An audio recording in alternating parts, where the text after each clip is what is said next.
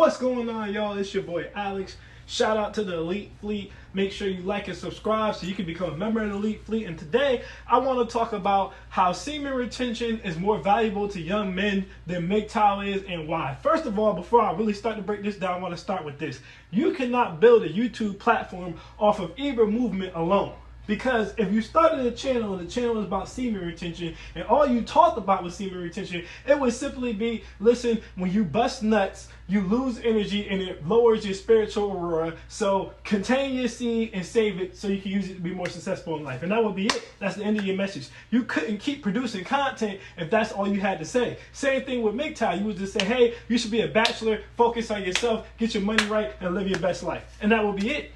At the end of the day, you will run out of content. Your content will become extremely boring, extremely fast. So both groups have to talk about other stuff so that they can keep their content going. And the reason that semen retention is more valuable to the young mind than MGTOW is to the young mind is because what semen retention chooses to talk about to keep their channels going is more valuable information and more helpful to young men than what the MGTOWs tend to talk about to keep their channels going. For example, if you look at the biggest semen retention channels, right? You looked at LFA, okay? Or you looked at Spiritual Show, or you looked at Mark the Messenger, okay?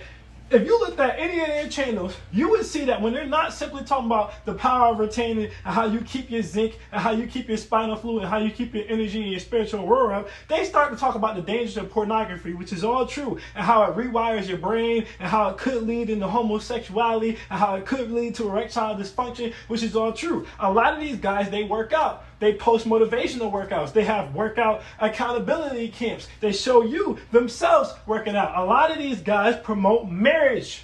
Okay, so a lot of these guys, after you're done retaining, they're telling you to go out and find a young woman who's either a virgin, okay, or she's been having an extremely low body count just like you and get married to her. A lot of them teach you guys to have a spiritual base. Some of them go Christian, some of them go Islamic, okay, some of them go Catholic, some of them go Jewish, some of them are spiritual. But we all need a spiritual base, and they start to talk about your spiritual base, okay, they start to talk about demonic attacks and raising your frequency and getting back into the church. All these are positive things that can only help young men. There's nothing negative. Now you have a couple of semen retention content creators who start to flow into the women hate thing, but it's very few and far in between. Most of the time, when they're not talking about semen retention, like I said, they're talking about spirituality, breaking porn addictions, okay? They're talking about religions, and they're talking about eventually getting married and what type of woman to look for when you do get married. Now, when you go into the MGTOW sector, okay, what do the MGTOW guys talk about besides being a bachelor to keep their content flowing? Well, they talk about women.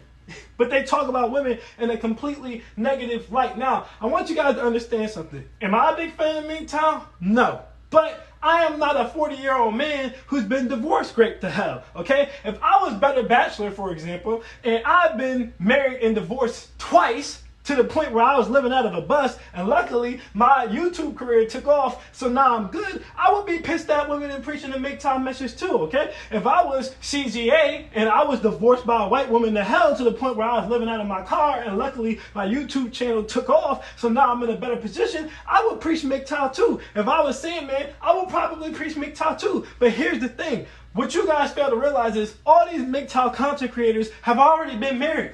The vast majority of them already have kids, so they don't need to get back into another relationship. So if they choose to come online all day and talk about how you should never be in a relationship, how you should just stay single, and how you don't need to have any kids, that's fine. They've already secured their legacy. They already have kids. They've already tried marriage. So if they just want to stay online, talk a bunch of crap about women, and go out here and buy hookers and prostitutes off of seeking arrangements, that's cool for them. They're grown old-ass men. But how does that help the youth?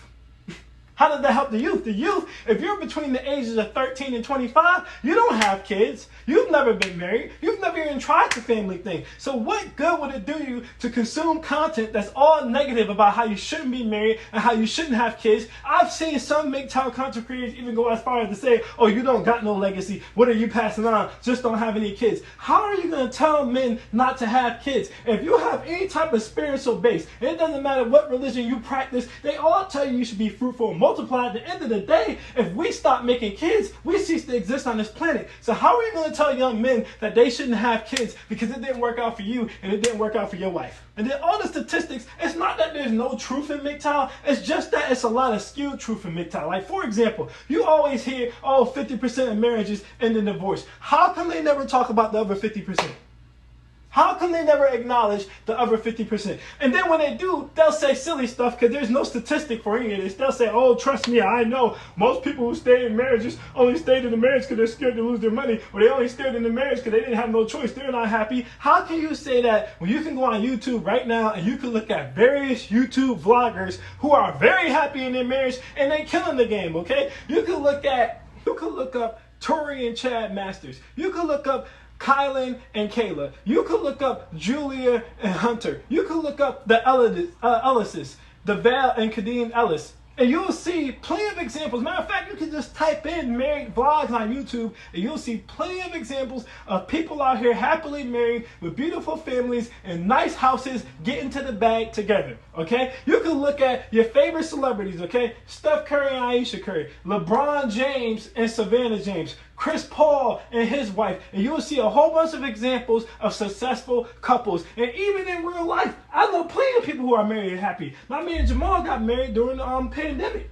He's been married for about 2 years. They just bought a nice house. They just came back from Bali. They're happy as hell. My cousin's been married for 10 years. She's been married to her husband for 10 years. They traveled all over the world. I went to Cameroon and Africa with them several times. They just had their first kid. They got this big, nice house. We call it the mini mansion. They've been fine for years. Another one of my mans, Rakim. My man's married. He's been married for 5 years. They're about to have their first kid. They have a house too. They out here eating. They out here getting it. And they're happy. Now, do they have fights sometimes? Of course. Do they have arguments sometimes? Of course. At the end of the day, if you live with your brother, you're going to fight with your brother. If you live with your sister, you're going to fight with your sister. If you live with your mother, you're going to fight with your mother. It happens. We're humans. We have different opinions. We have different points of view.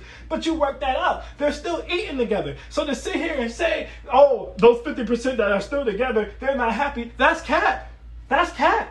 That's a female way of looking at it. That's no different than when I got on Summer Walker, because Summer Walker became a baby mama again, and the first thing she did was start talking down on marriage. Oh, I know a lot of people who get married and they get beat up. I know a lot of people who get married and they're not happy. Okay, but at the end of the day, what does that have to do, and how does that change all the people who are married and they are happy? These dudes talking like girls. They're going to make an album called I'm Over It. That's basically what MGTOW creators say. They're like, I'm over it. It's too much. It's the same difference. And then the next favorite stat is, well, 80% of women initiate divorce. Okay, so if 80% of women initiate divorce, right, then that would mean that the top 2 reasons for divorce would basically be why 80% of women are initiating divorce. And what's the top 2 reasons divorces are initiated? Infidelity, okay, and financial problems, aka dudes can't keep it in their pants and they get caught cheating, or dudes fall off financially, probably because they were more focused on the family than they were focused on their job. Now let me ask you this. If you did semen retention, if you're already killed your lust, okay, if you already are spiritually bound and you have a spiritual foundation, what's the likelihood you're going to cheat? Very slim to none. Also, if you did semen retention, so you were already on your purpose, you were already in your passion, and you got all that taken care of before you got married, like semen retention tells you to do, what's the likelihood you're going to fall off financially? Slim to none. So therefore, what's the likelihood your woman's going to initiate divorce? You're more likely to be on the 50% of the side that stays together than the 50% of the side that breaks up. And these same dudes who want to use these statistics, you got a 50% chance of getting divorced. Well, guess what? You have less than a 20% chance of becoming a successful business owner. And this is coming from a man who is a successful business owner. If you've been subscribed to this channel, you already seen the blue card several times. Several times you've seen the blue card. And I'm still telling you, you only got a 20% chance of being successful opening up a small business or your own business. But these cats will tell you to do that. These tools will tell you to start a YouTube channel. You have a less than 10% chance of having a successful enough YouTube channel that you can live off of it or make any real type of money off of it, okay? These dudes will also tell you, oh, and try to earn 6 figures. You have a 10% chance of trying to earn 6 figures. So go out here, try to get into that 10% of 6-figure earners. Go out here and try to get into that 10 to 20% of successful business owners, but ignore the 50% chance, which is a coin flip chance, which is higher than both of those, of trying to have an actual functional family and passing on your legacy.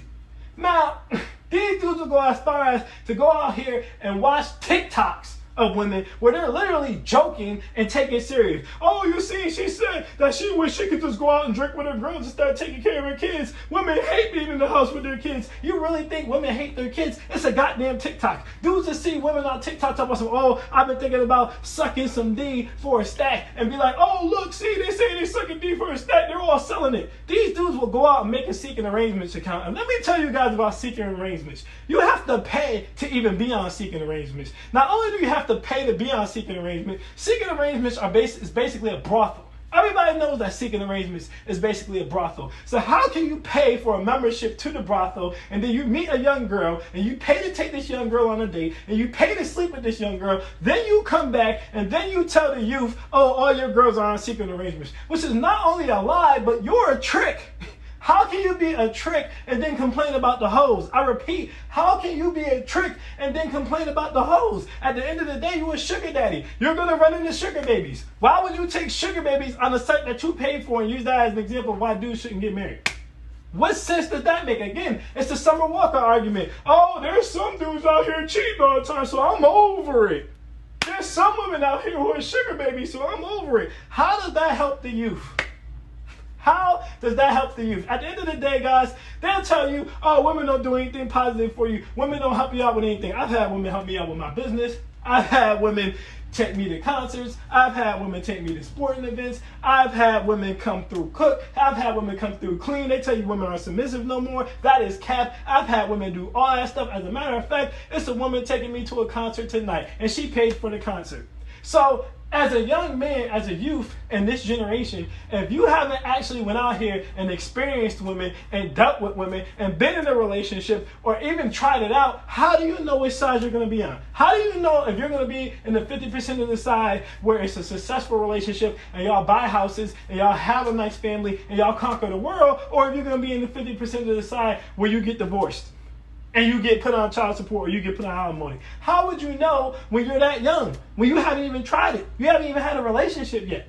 How would you know? Now, I'm not telling you all to go out here and get married, nor am I telling you all to have kids, because I don't think everybody wants marriage. I don't think everybody wants kids. But what I am saying is, I don't think it's a good message to put out to the youth that if they do decide to go the route of wanting marriage, if they do decide to go the route of wanting kids, that they're simps and that it's going to fail when there's plenty of examples of it working successfully for people on multiple levels. Now, again, I don't think MGTOW is completely useless. Like I said, if you're an older man who's already been divorced by a woman, okay, and you already have your kids, and you already had your marriage, and it failed, I wouldn't get remarried either.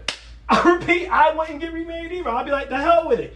Now, I wouldn't sit around online all day talking crap about women half my age. No, but I can understand why men who are going through alimony, who are going through child support, who got took to the cleaners by the woman, might want to conglomerate and vent a little bit. But I don't understand how that helps the youth. I don't understand how that's a good message for the youth. At the end of the day, if you don't want sex, women can't do anything to you.